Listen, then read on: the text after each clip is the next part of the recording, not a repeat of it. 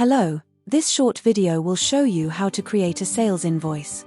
It will also show you how to create an invoice that is to have an MCD, main contractor's discount, applied. Before we look at preparing a sales invoice with the MCD, let's first remind ourselves of a standard sales invoice. By going to the account screen of a contract, we can see the latest quotation that the contract was made on and any variations to orders that have subsequently been added and included into the contract. As you can see from this example, we have already added some invoices and a credit note, some of which have been paid and others that haven't. We can also see that there is £6,276.09 still to be invoiced to the client.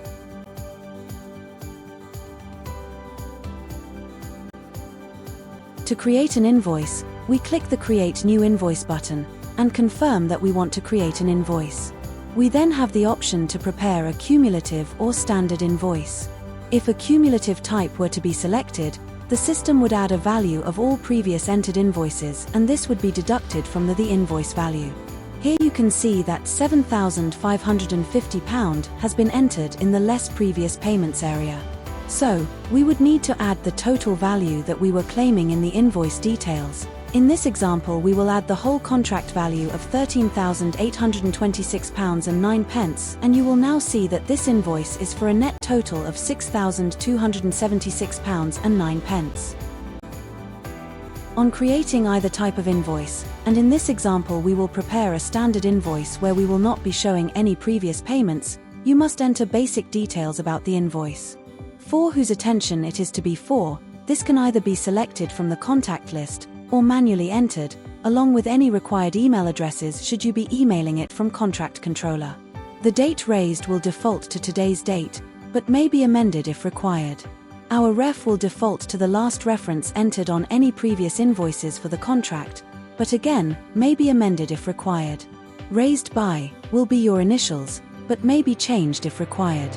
You will need to select the appropriate invoice type, and in this case we will say it is an interim invoice, and the system will automatically number it accordingly.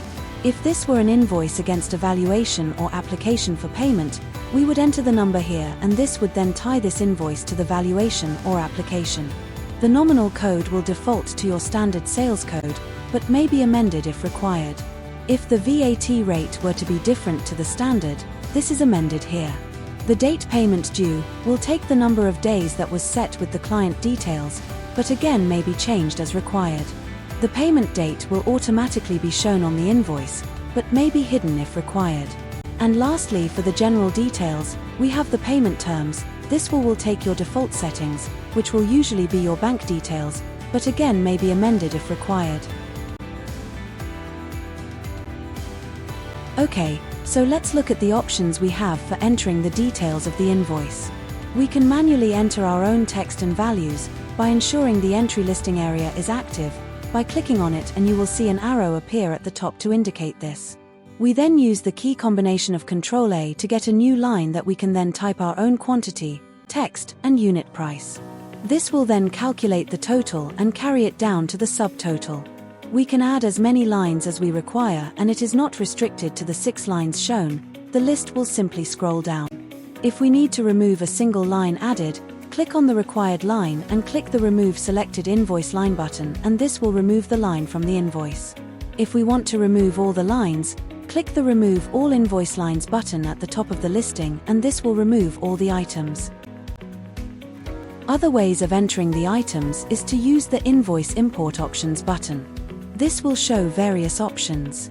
Import from previous invoice will allow you to enter any previous invoice number from the contract and will add the details accordingly and may be amended as required. Additional lines may be added, or lines removed. Import items from the last invoice will also do the same, but will be from the last invoice issued, not giving you the option to specify an invoice number. Selecting Import Latest Quote Value and all VO values will import the total of each. This will only be variations that have been included in the contract. Other options are to import the actual items from the quotation and/or variations as required. Once entered, we have the option to add a retention to be held if this were required along with the date that the retention will be due to be released. We can then issue the invoice and will have 3 output options: to print, to form as a PDF, or to form as a PDF and email. If we select the PDF option, the system will form a PDF and show the location that it was saved on your computer, and by double-clicking on this, we can see the resulting invoice that will be given to the client. Okay, so now let's look at a contract that has had a percentage added to allow for a main contractor's discount to be applied.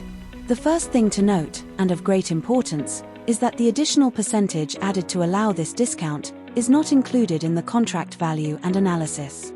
This is because the inflated value will no doubt be reduced to the actual amount on invoicing, and so we don't want this to cloud the true forecast figures. As you will see on the account screen, we can immediately see that MCD has been applied, as the system will show this value along with the percentage added to achieve the required MCD. This will be taken from the quotation and all included variations.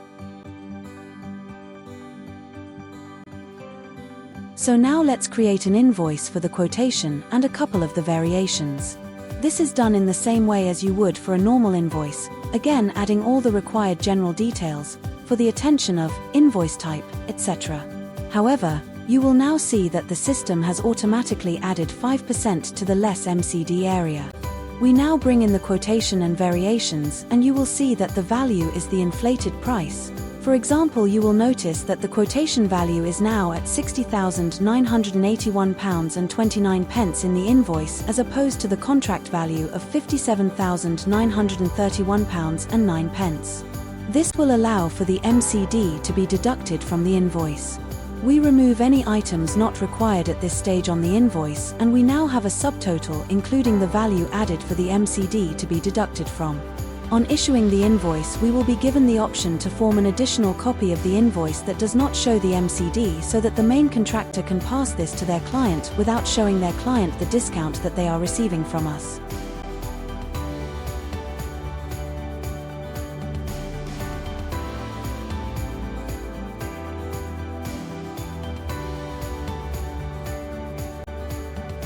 There may be a possible variance between the contract value and the outstanding still to be invoiced figure. As all our costs and forecasts are calculated with the true contract figures, each item in the quotation and variations has the percentage added and show to the client.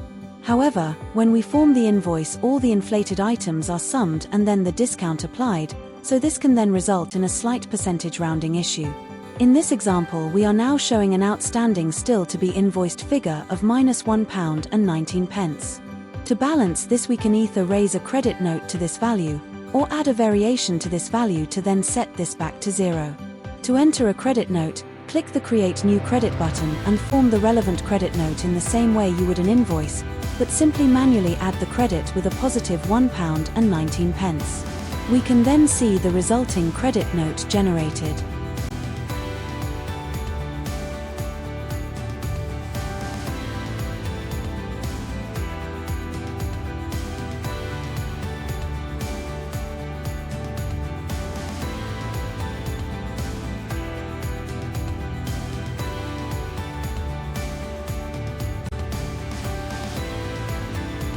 On returning back to the contract account screen, we can now see the credit added and the outstanding still to be invoiced is set back to 0.